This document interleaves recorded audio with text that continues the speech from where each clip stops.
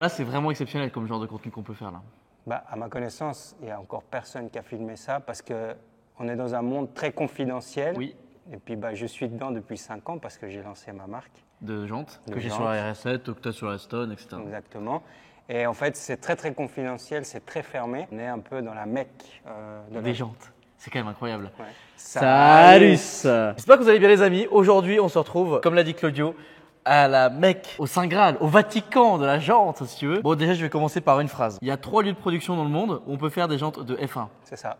On est dans l'un d'eux. Quelque part en Europe, Voilà. l'un de ces lieux. Exactement. On peut pas On citer. peut pas citer de marque. Alors, bon, La seule marque qu'on peut citer, c'est C'est Swills. Swills. C'est ma marque de jantes. Oui. Et je fais produire mes jantes ici. je vais rien dire, hein. Mais dites-vous que la plupart des grosses marques de voitures, assez particulières, hein, pas des préparateurs, et des préparateurs que je ne citerai pas, Mondialement connu. très mondialement connus, font leurs jantes ici. On parle de voitures à des millions d'euros. Hein. C'est ça. Et pour des prototypes. Exactement. Et des jantes de F1. C'est ça. Donc, on peut en prendre une. Hein. on peut en montrer une. Donc ça, c'est du magnésium. Donc voilà, c'est une jante en magnésium, donc c'est une jante de Formule 1. Comme on l'a dit tout à l'heure, il n'y a que très peu d'usines dans le monde qui les font, au nombre de 3, parce que le magnésium, c'est très très compliqué à travailler. Basiquement, hein. Là, la jante, je la porte à Ça pèse 2 doigts. rien du tout. Ça pèse vraiment que dalle. Donc voilà à quoi ça ressemble. Ce qui est marrant, c'est que le diamètre est très très petit Oui, et la jante est très très large. oui, c'est vrai que Donc elle est c'est plus large que grande. c'est C'est un assez détail bizarre qui est à voir. amusant. pour des soucis de confidentialité. On va rester dans un cercle assez restreint ici, mais bon, ça va être intéressant parce qu'on va pouvoir expliquer pas mal de choses. Au passage, j'en glisse juste une comme ça. J'ai fait 2 vidéos sur ma chaîne sur la réparation de jantes. C'est aussi intéressant comme domaine avec Jantes à du service à l'époque. Donc, je ne suis pas aussi allé voir ces vidéos-là. Là, c'est encore plus intéressant, c'est la création des jantes. Fabrication. Alors, on va partir Du brut. Là, on est sur du monobloc, donc une pièce. Donc on part du brut qui est comme ça. Ça pèse entre 40 et 50 kilos. Ça fait 50 kilos là. C'est de l'aluminium. Je vais vous montrer mes biscottos là. Allez, on va pas à la salle pour rien là. Donc ça, c'est 50 kilos là. C'est ça. Oh la vache, ouais, c'est vrai que c'est super lourd. Donc 50 kg d'aluminium brut qui arrive de la fonderie. Après, on se retrouve avec cette pièce. Là, elle a été tournée. Donc ça veut dire qu'elle est rentrée dans une machine où on lui donne déjà un petit peu la forme qu'on veut qu'elle ait par rapport au déport qu'on va donner à la jante, etc. Alors, première question. Ici, on est dans une usine de production de jantes. C'est ça. Eux, ils reçoivent ça. C'est-à-dire qu'eux, Ils reçoivent le brut de la mais fonderie. de cette manière-là, de cette Ouais, forme-là. de cette forme-là. Ah, c'est pas comme ça. C'est pas un cube.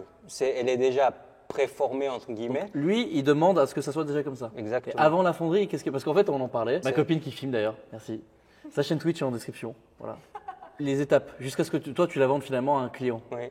Parce que c'est intéressant en vrai de voir combien d'intervenants il y a. La première personne, c'est qui? C'est donc les. C'est la fonderie. L'aluminium, c'est un alliage. Donc comment ça Donc se passe? c'est plusieurs métaux qui viennent mettre ensemble et puis qui font de l'aluminium. Donc la fonderie. Après, ça vient ici et lui, il transforme la pièce de fonderie pour arriver à l'étape finale de la jante. Donc ici, moi, je fais faire tout le process. Lui, il tourne la jante.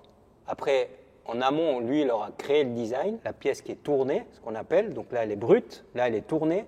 Et après, bah, tu te retrouves ici avec la pièce design terminée. Donc ça veut dire que les machines, c'est des CNC, Oui. donc c'est des machines à commande numérique. Elles viennent ici avec des fraises et puis elles viennent fraiser en fait l'aluminium, le design qu'on aura décidé de donner à la jante. Mais du coup, elle doit avoir mon goût.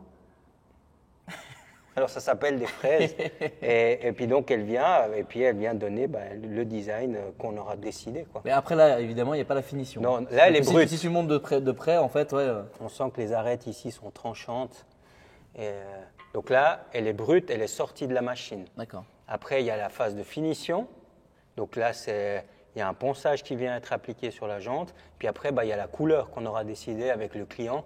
Bah, noir, gris, enfin peu importe. Chrome. Chrome. Elle peut être polie aussi, l'aluminium. Mais ça, c'est une partie. Ça, c'est une monobloc, une pièce. Et bon, déjà, ça, c'est allégé du coup par rapport à ça, tu penses ou pas du tout? Oui, bah là, elle a déjà perdu à peu près 35% de son poids. Ah oui. Effectivement. Et là, du coup, ça encore. Bah là, c'est encore plus léger. Mais c'est une monobloc, donc c'est quand même pas léger, quoi. Oui, oui. Ah oui, oui, si, Oui, ah, oui, si, non, quand même. c'est Ah oui, très, si. très léger, oui, oui. Ok. Ce qu'il faut savoir, c'est qu'une jante monobloc, c'est plus léger qu'une jante avec plusieurs Avec 3 pièces. parties. Ah d'accord, ok. Voilà. Je suis intéressant à savoir parce que c'est vrai que je suis pas non plus. Mais c'est marrant de passer de ça à ça. Alors aussi une petite question, je l'ai posée au proprio des lieux. Il y a énormément de chutes.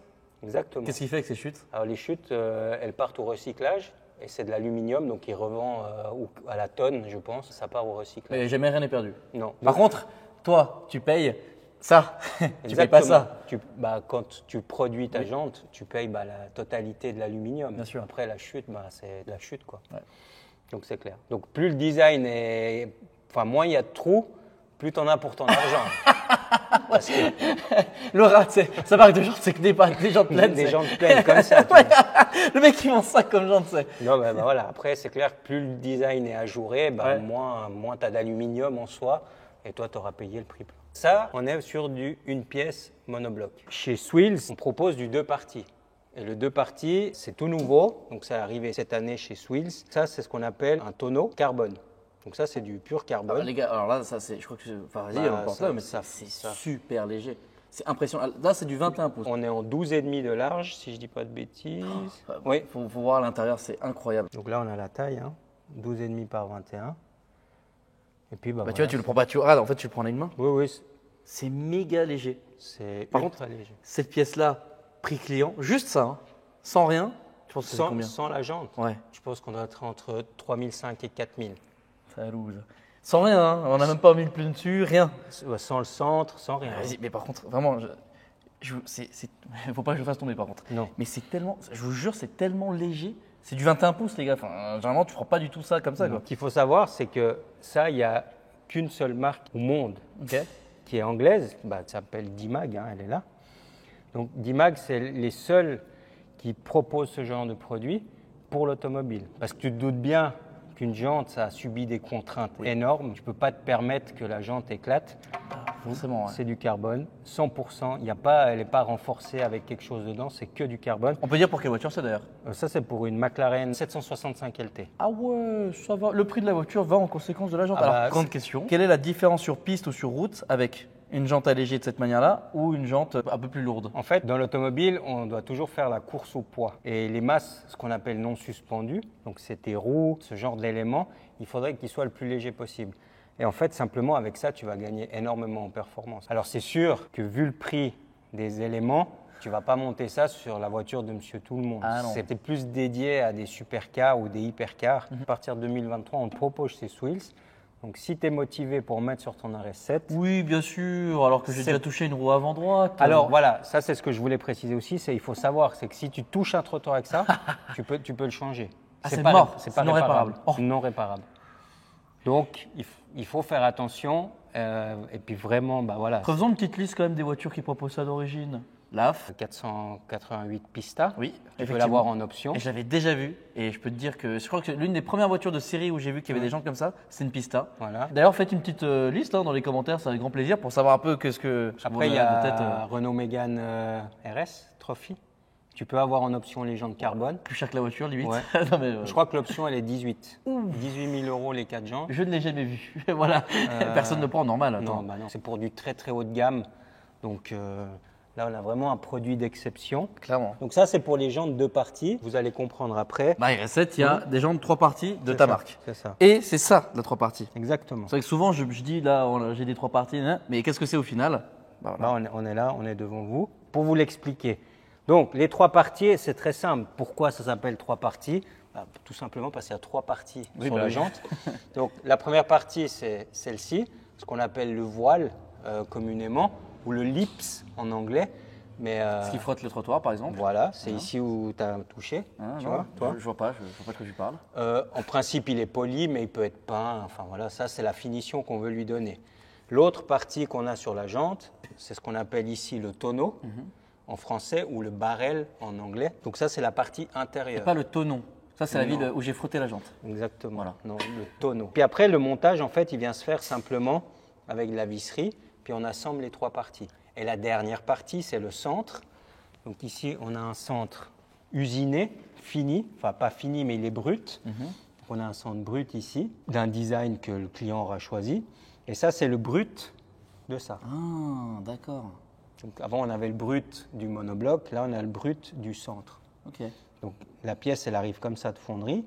Puis après, bah, ils la passent design. autour et tout. Et puis après, ils viennent creuser le même principe que la monobloc, donc avec des fraises. Ils viennent creuser dans l'aluminium, tailler l'aluminium pour donner le design qu'on aura choisi. Qu'après, on vient l'assembler.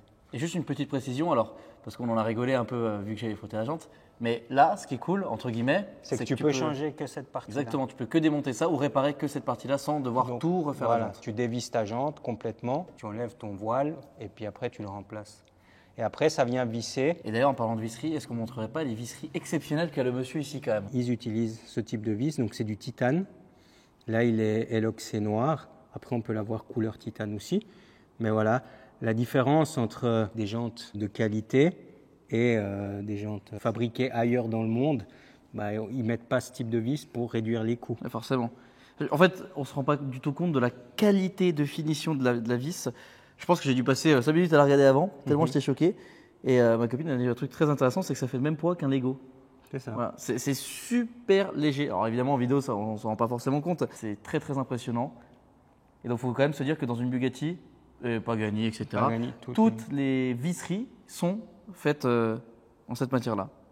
C'est quand même fou. Donc ça, c'est toujours pour la recherche de poids, gain de poids. Bah, au lieu de mettre des vis en acier, on met des vis en titane. Et de la résistance aussi. Et puis la résistance. Et puis je vais encore vous montrer une dernière chose. C'est le dernier élément de la jante, si on veut, c'est le cache central. Ici, on a des exemples. C'est bleu, blanc, rouge. C'est un hasard. Donc là, on a le brut. Donc encore une fois, c'est de l'aluminium, c'est taillé dans la masse. Et puis après, tu as les différentes finitions. Là, c'est de l'éloxage. C'est rouge, c'est bleu. On peut les faire de toutes les couleurs. Mais voilà, la différence, encore une fois, entre une marque qui fait des jantes de qualité et une marque, on va dire, qui fait des jantes grand public, on peut dire ça comme ça, ou entrée de gamme, voilà. Souvent, le cache, il est en plastique parce que pour des raisons de coût, évident. Donc ici, chez Swills, tous les caches sont taillés dans la masse, c'est du carbone. Alors, on entend souvent Claudio jouir quand il dit taillé dans la masse. C'est vrai qu'on entend H24 dire ça, mais taillé dans la masse, c'est ça. C'est ça. C'est exactement ça en fait. Là, donc on a la masse et on vient tailler dedans. Et du coup, le résultat final, c'est ça. Et ce qui est assez fou, c'est que faut se dire que les hypercars, tout est taillé dans des blocs comme ça, quoi. Exactement. J'espère que ça vous a plu. Pour le coup, vraiment très exclusif. Ce qu'il faut savoir, c'est que, encore une fois, c'est très fermé et personne ne veut montrer ça. Après, moi, par souci de transparence, j'aime bien montrer et puis montrer aux gens la qualité de nos produits. Déjà, au-delà du fait que, indirectement, c'est aussi pour parler un peu de ta marque aussi, bien sûr, indirectement, mais aussi pour vous montrer comment c'est fabriqué. Voilà, une jante. Ouais. Donc, après, évidemment, on ne peut pas vous montrer le lieu, ni les machines, ni quoi que ce soit, parce que, vous doutez bien, vu les marques et vu ce qui construit. Bon. Si cette vidéo vous a plu, n'hésitez pas à la liker, à vous abonner et à commenter. Et moi, je vous dis à la prochaine pour de nouvelles aventures. Salut.